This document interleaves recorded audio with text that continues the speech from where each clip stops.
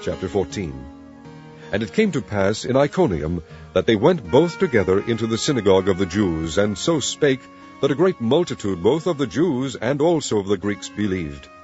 But the unbelieving Jews stirred up the Gentiles, and made their minds evil, affected against the brethren. Long time therefore abode they, speaking boldly in the Lord, which gave testimony unto the word of his grace, and granted signs and wonders to be done by their hands. But the multitude of the city was divided, and part held with the Jews, and part with the apostles.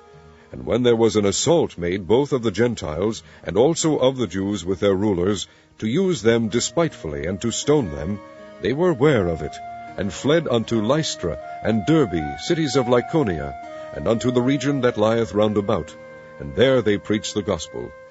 And there sat a certain man at Lystra, impotent in his feet, being a cripple from his mother's womb, who never had walked.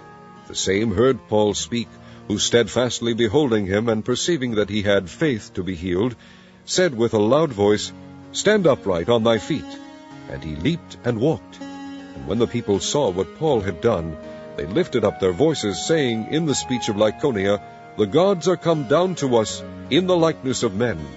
And they called Barnabas Jupiter, and Paul Mercurius, because he was the chief speaker.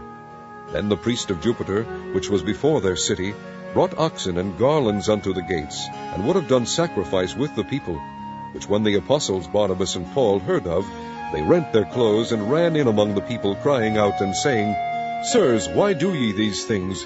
We also are men of like passions with you, and preach unto you that ye should turn from these vanities unto the living God, which made heaven and earth, and the sea, and all things that are therein, who in times past suffered all nations to walk in their own ways.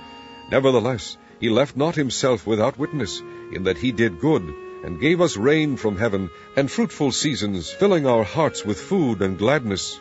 And with these sayings scarce restrained they the people, that they had not done sacrifice unto them.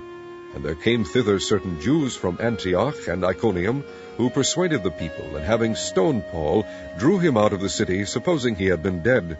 Howbeit, as the disciples stood round about him, he rose up and came into the city, and the next day he departed with Barnabas to Derbe. And when they had preached the gospel to that city, and had taught many, they returned again to Lystra, and to Iconium, and to Antioch, confirming the souls of the disciples, and exhorting them to continue in the faith, and that we must through much tribulation enter into the kingdom of God. And when they had ordained them elders in every church, and had prayed with fasting, they commended them to the Lord, on whom they believed. And after that they had passed through Pisidia, they came to Pamphylia. And when they had preached the word in Perga, they went down to Attalia, and thence sailed to Antioch, from whence they had been recommended to the grace of God, for the work which they fulfilled.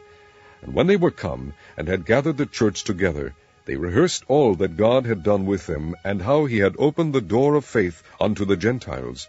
And there they abode long time with the disciples.